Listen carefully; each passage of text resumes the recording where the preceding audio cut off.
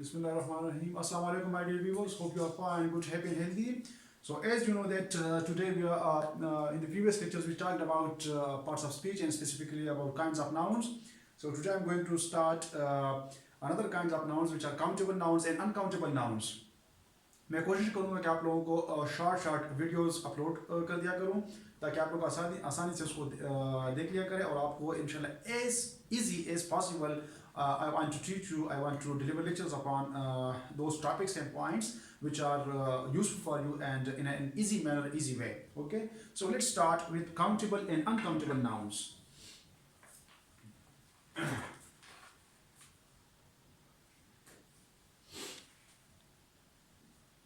Number one, countable nouns. Now, what are countable nouns?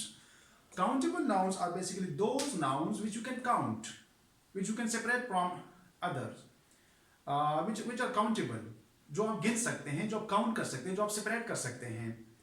For example हमारे साथ अगर मैं आपको एग्जाम्पल दे दूं तो उसमें हम कह सकते हैं कार, यह हमारे साथ एक काउंटेबल नाउन है.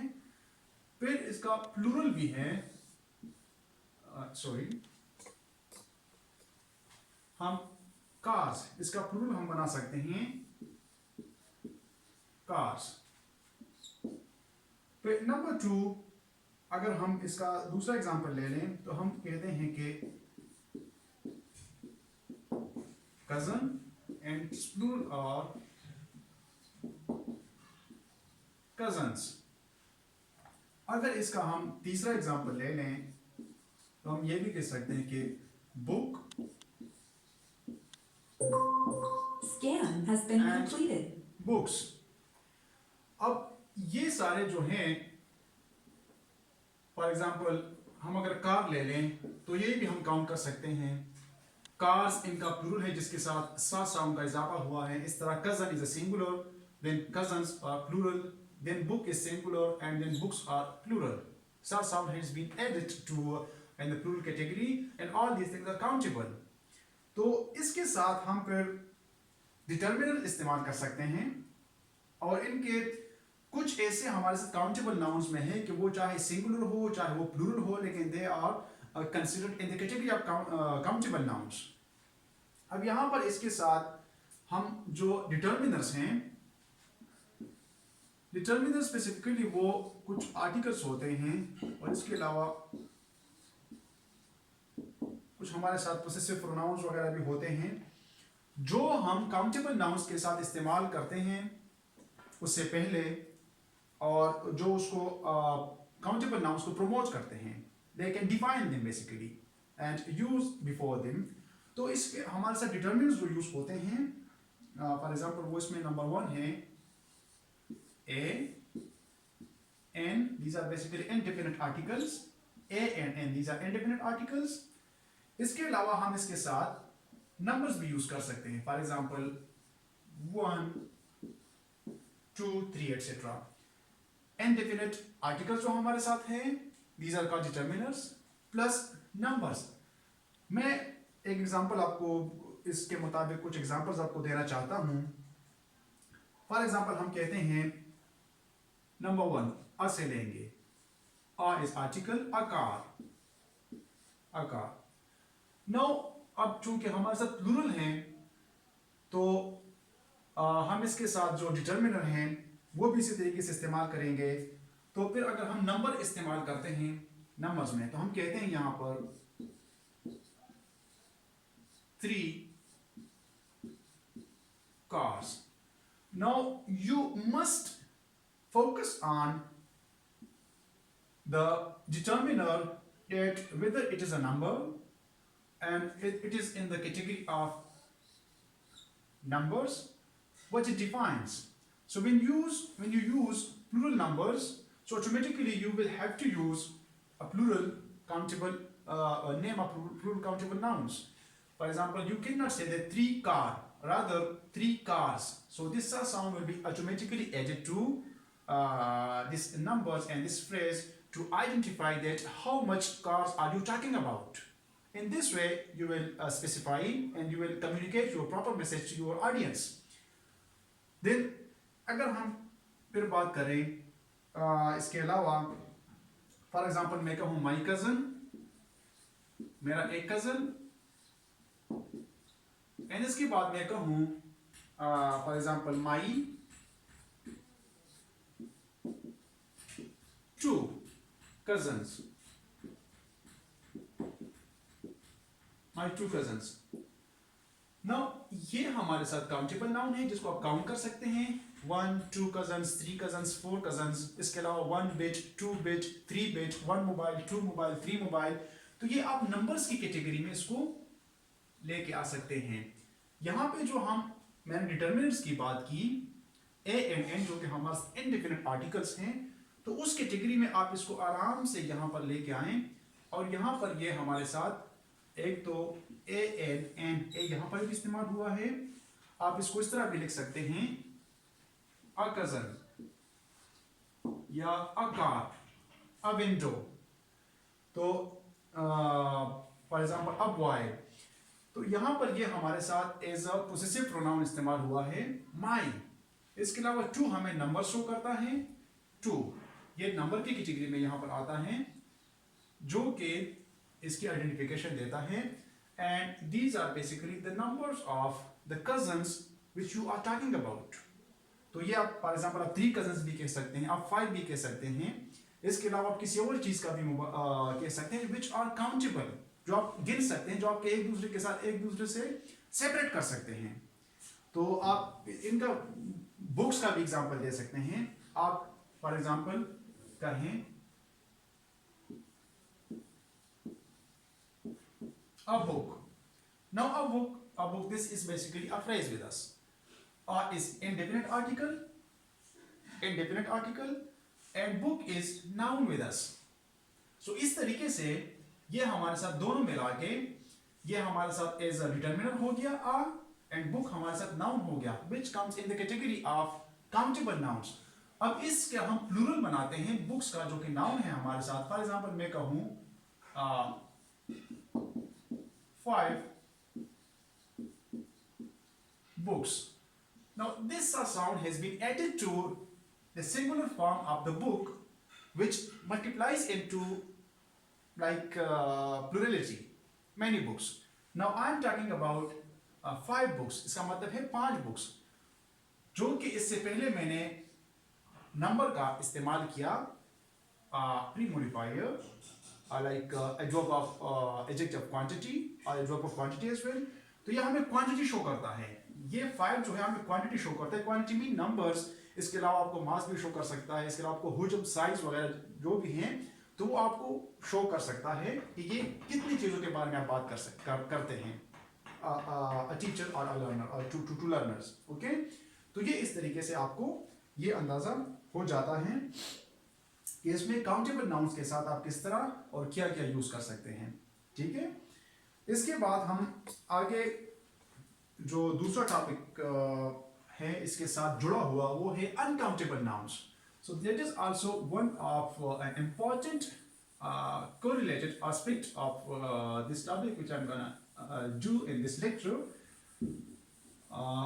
Uncountable nouns basically हमारे साथ वो होते हैं, they are a collection of a number of a whole mass or a body which you cannot count.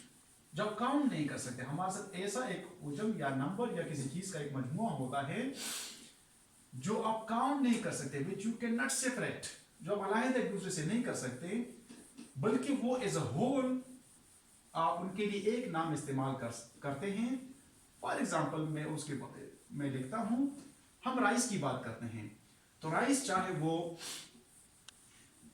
एक राइस का दाना आप ले लें या आपके साथ लाइक देयर आर अनकाउंटेबल, आप उसको गिन नहीं सकते, बहुत सारे आपके साथ राइस, चाहे वो तेली में हो, शॉपिंग बैग में हो या किसी और बैग में हो या बोरी में, सेग में हो, तो उसको आप राइस कह सकते हैं. या आप नहीं कह सकते कि 2 rice, 3 rice, 4 rice, a bundle of rice. You cannot count it like this. Rather, you can used in like a sack of rice, a bucket of rice, or you can say that a tray of rice. तो इस तरीके से आप इस्तेमाल कर सकते हैं जिसके साथ कुछ स्पेसिफिकेशन मतलब आप एडजेक्टिव इस्तेमाल करते हैं. तो then a light. Now second form number of is that uncountable.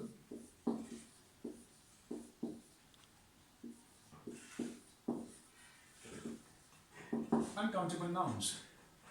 Uncountable का सिंपली मतलब यह है कि जिसको आप काउंट नहीं कर सकते, आप गिन नहीं कर सकते, मतलब आप उसको गिनती में तब्दील नहीं कर सकते या आप उनको अलहदा नहीं कर सकते.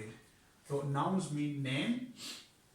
अच्छा, इसमें हमारे साथ आता है number 1 for example information. Now information हमारे साथ इसके अलावा eight the same time number 1 ये याद रखें कि हमारे साथ किन किन कैटेगरी में आता है. एक तो हो गया नाउन, नंबर 2 ये हो गया अनकाउंटेबल नाउन, नंबर 3 हो गया ये हमारे साथ एब्स्ट्रैक्ट कैटेगरी में आता है, एब्स्ट्रैक्ट नाउन हो गया.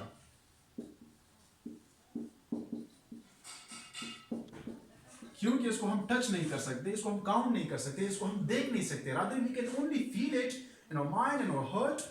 We cannot count it, we cannot touch it. जिसको आप टच नहीं कर सकते, जिसको आप काउंट नहीं कर सकते, जिसको आप देख नहीं सकते, उसको एब्स्ट्रैक्ट नाउन कहा जाता है. ठीक है. तो ये eight the same time information हमारे साथ एक ही वर्ड है लेकिन इसकी 3 कैटेगरीज हमारे साथ डेफिनेशन में आती है. Number 1 noun, number 2 uncountable noun की कैटेगरी में आता है और नंबर 3 ये हमारे साथ एब्स्ट्रैक्ट नाउन में आता है. फिर अगर मजीद आप इसको स्पेसिफाई करना चाहते हैं तो आप ये भी कह सकते हैं कि द इंफॉर्मेशन फॉर एग्जांपल मजीद भी आप कुछ इसको स्पेसिफाई कर सकते हैं. तो आप कह सकते हैं the information from the news. मुख्तलिफ आप modifiers, pre modifiers, post modifiers, adjectives वगैरह, एडवर्ब्स वगैरह इसमें से इस्तेमाल कर सकते हैं and you can stretch it to further extension. तो ये आप कर सकते हैं. तो एट द सेम टाइम ये इंफॉर्मेशन हमारे साथ इसकी 3 हम कैटेगरीज और या इसके एस्पेक्ट्स हम बयान कर सकते हैं कि ये हैं. अच्छा, इसके अलावा हम साथ ही अगर हम बात करें तो न्यूज़ ये भी हमारे साथ अनकाउंटेबल नाउन है, इंफॉर्मेशन भी हमारे साथ अनकाउंटेबल नाउन है. इसके अलावा अगर मैं शुगर की बात करूं तो शुगर भी हमारे साथ अनकाउंटेबल नाउन है. इसके बाद अगर मैं किस्मत की बात करूं जिसको इंग्लिश में लक कहा जाता है, LUC के लक, तो ये भी ऐसी चीज है जो कि आप किस्मत आप न देख सकते हैं ना उसको टच कर सकते हैं. It is also in the category of abstract noun as well. फिर ये हमारे साथ एब्स्ट्रैक्ट अनकाउंटेबल नाउन भी है एंड इसके अलावा ये हमारे साथ नाउन भी है, सिंपली नाउन भी है. तो मजीद अगर हम किसी दूसरे जो टेंजेबल थिंग है, जो टचेबल चीजें हैं, फॉर एग्जांपल मैं वाटर का एग्जांपल लेता हूँ, वाटर. इसके अलावा सीमेंट,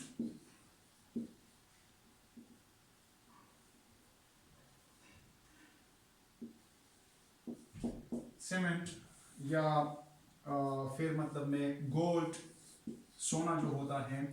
इसके अलावा नॉलेज,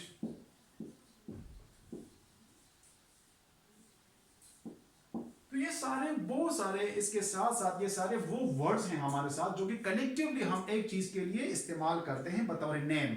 नाउन बेसिकली हमारे साथ नाम किसी चीज का होता है.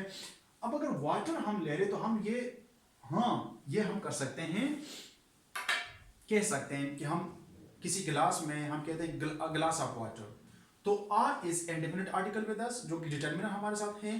ग्लास हमारे साथ नाउन हो गया and a glass of water, of हमारे साथ प्रीपोजिशन हो गया एंड वाटर यहाँ पर हमारे साथ फिर नाउन हो गया और यहाँ पर यह हमारे साथ अनकाउंटेबल नाउन हो गया. लेकिन अ ग्लास ऑफ वाटर ये हमें एक गिलास शो करता है. फिर अगर हम सिर्फ वाटर की बात करते हैं तो सिर्फ वाटर में हमारे साथ कलेक्टिवली सारे वाटर, आप इसको इस तरह नहीं लिख सकते कि आप कहें कि वाटर्स, ये गलत होगा.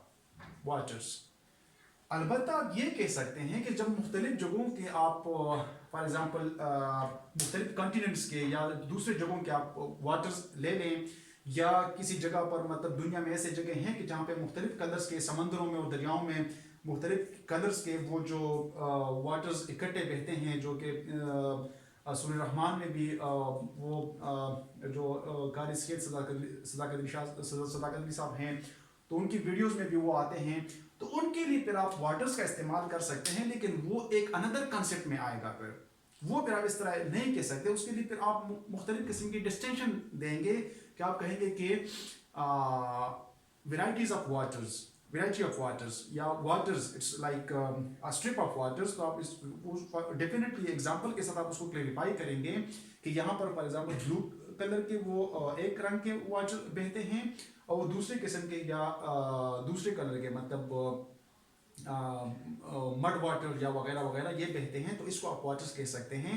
या आप कहते हैं कि कनाडा के, अमेरिका के, इंडियन सब कॉन्टिनेंट के, या इस तरह ब्राज़ील के वगैरह के मुख्तलिफ जो उनके आप पानी ले लें और इकट्ठे करें उसको, और आप कहें कि ये waters collection of like water, and you call it that waters of different continents and places.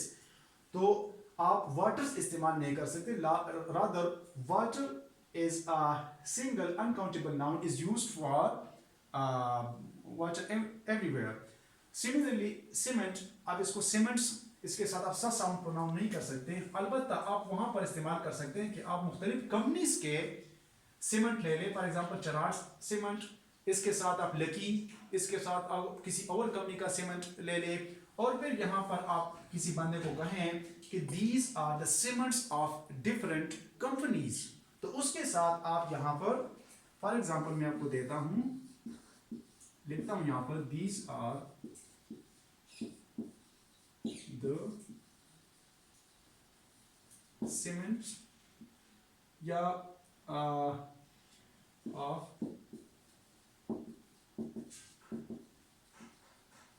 different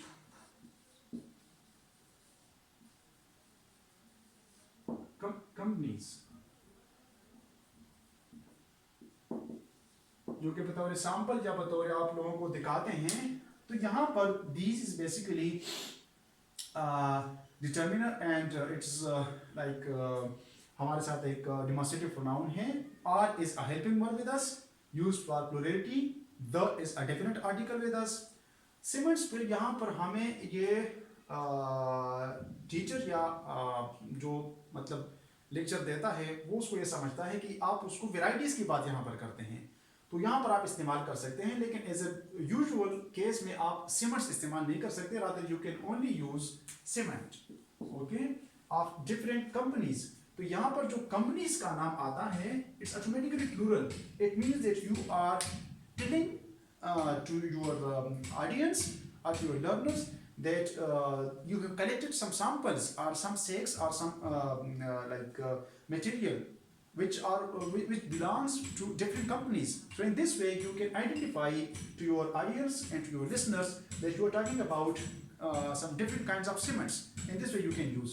Now knowledge is basically an abstract noun, और इसके साथ आप कोई सा साउंड या इसके प्लूरल केसेस का नहीं होता, बल्कि नॉलेज आप as a whole, for example you say I have lots of knowledge.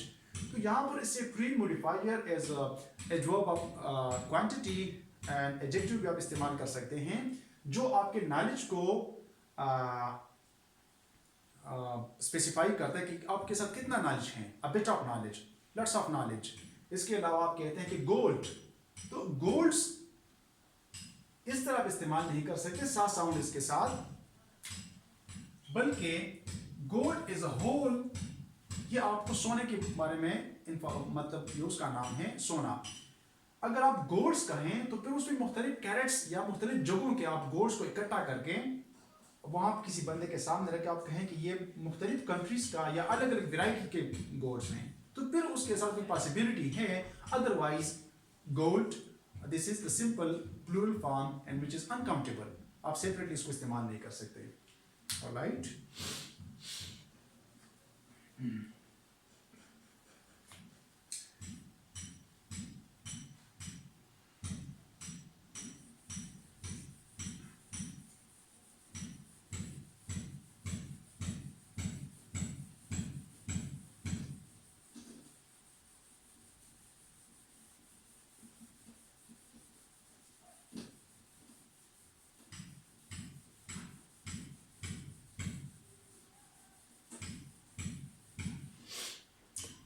Right.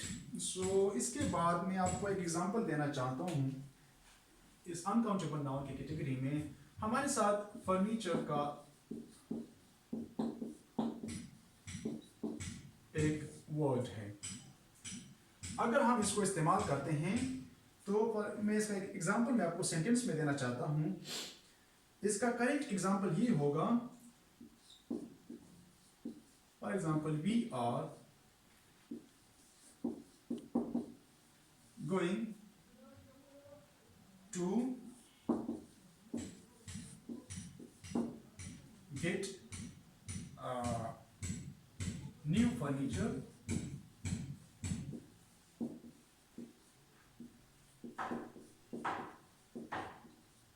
now ये न्यू हमारे साथ एडजेक्टिव इस्तेमाल हुआ है यहां पर,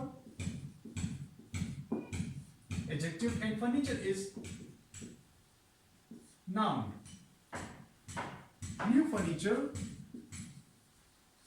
फॉर the living room। अब इसका मैं आपको जरा वजाहत करता हूं।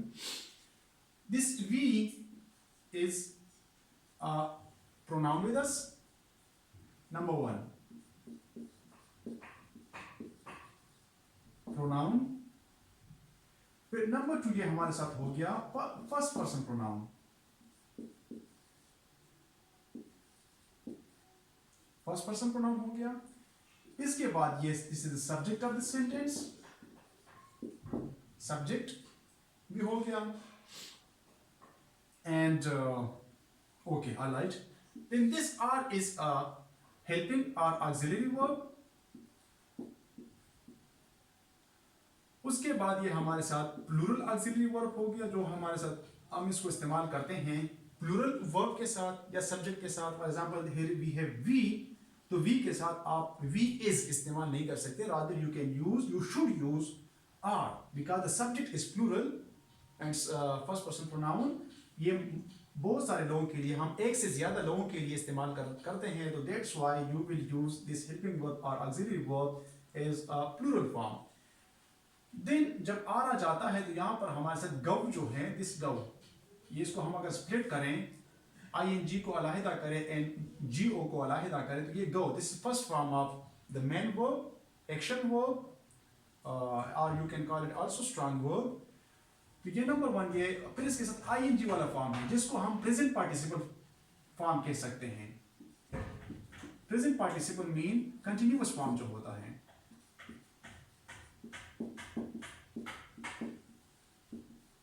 प्रेजेंट पार्टिसिपल फॉर्म, तो ये हमें फ्यूचर यहां पर शो करता है। आप कहते हैं ना कि I am going to Peshawar tomorrow, इसका मतलब ये है कि आप वो जो था I will go, I shall go to Peshawar tomorrow, to Lahore tomorrow, to Karachi और टू लंदन टुमारो, उनके फ्यूचर केस में, फ्यूचर टेंस में थोड़े से जो न्यू रिसर्चेस आए हैं, जो स्कॉलर्स हैं, उसमें उनके कुछ लाइक दे हैव रिजर्वेशंस, उनके कुछ तहफ़्फ़ुज़ात हैं। तो ज़्यादातर आजकल ये गोइंग वाला केस, मतलब ये थोड़ा सा ज़्यादा अप्रोप्रिएट और क्रेडिबल लगता है। इसी वजह से ज़्यादातर आप लोग ये इस्तेमाल करते हैं कि I am going to take this thing tomorrow, I am going to visit you tomorrow. तो ये गोइंग वगैरह का सीन जो है ये ज़्यादातर इस्तेमाल होता है इस तरीके से। टू इज़ हमारे साथ एज अ प्रीपोजिशन। प्रीपोजिशन यहाँ पर ये हमारे साथ नंबर एक तो डायरेक्शन शो करता है, इसके अलावा कंप्लीशन ऑफ द सेंटेंस और प्रीपोजिशन में आप लोगों को अलग फिर पढ़ाऊंगा प्रॉपर तरीके से कि इसमें अलग मुख्तलिफ इसकी varieties of uses, there are varieties of usages of preposition. Then get, again it's a verb with us, ये हमारे साथ गेट, गॉट, गॉट, लेकिन यहाँ पर मेन वर्ब हमारे साथ एक तो ये गोइंग है, दूसरा जो हमारे साथ मेन वर्ब इस्तेमाल हुआ है, यहाँ पर हमारे साथ दो वर्ब्स इस्तेमाल हुए हैं, गेट एंड गोइंग। लेकिन जो मेन इंफॉर्मेशन हमें देता है, जो हमें यहाँ पर एज ए फंक्शन हमारे काम के हवाले से, सेंटेंस के हवाले से वो देता है, तो that is the get one, कि आपने हासिल करना है, you are going to get, आपने जाके लेना है। न्यू हमारे साथ एडजेक्टिव है, आप कुछ न्यू फर्नीचर लेना चाहते हैं, फर्नीचर अपने लिविंग रूम के लिए।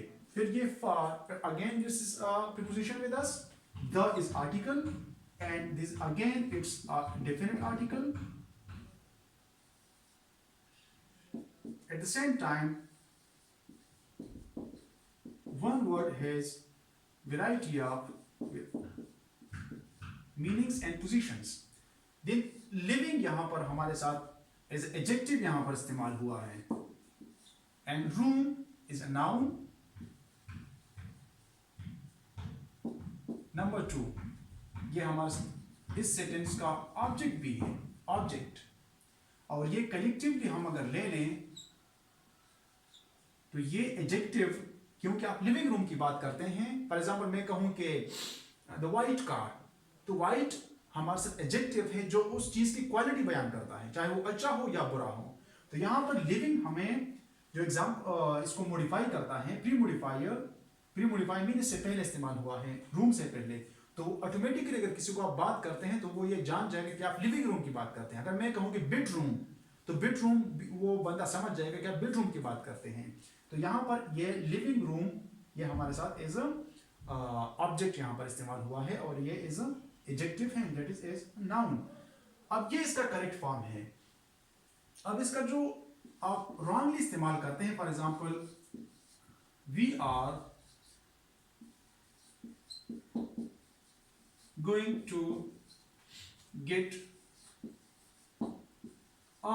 नाउ दिस जब आप ये indefinite article फर्नीचर के साथ, to get a new furniture,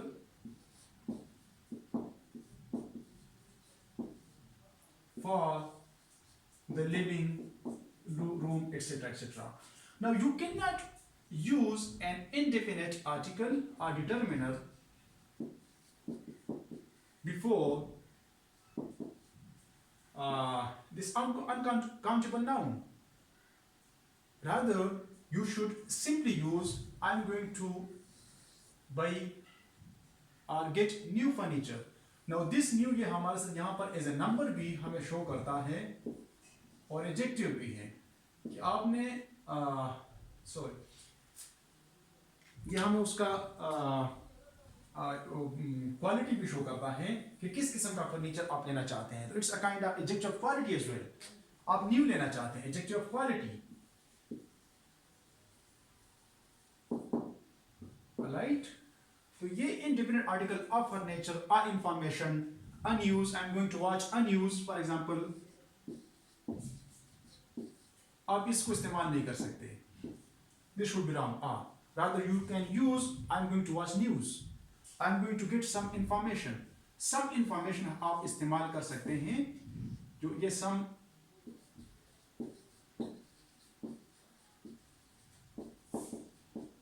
information, और हाँ आप some informations, ये जो सा साउंड यहाँ पर आता है इसकी प्लूरल के साथ नहीं बना सकते. इसके साथ आप लोग इस नहीं बना लिख सकते, और आप इस तरह भी इस्तेमाल नहीं कर सकते. I am going to get a information.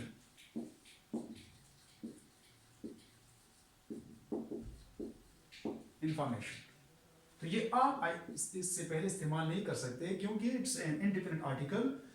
आप एब्स्ट्रैक्ट नाउन से पहले और इसके अलावा आप अनकाउंटेबल नाउन से पहले इस तरह का इंडिपेंडेंट आर्टिकल या डिटर्मिनर इस्तेमाल नहीं कर सकते.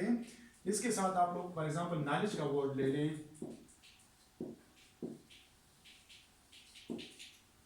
तो आप ये नहीं कह सकते I have got a knowledge etcetera etcetera, ये गलत होगा.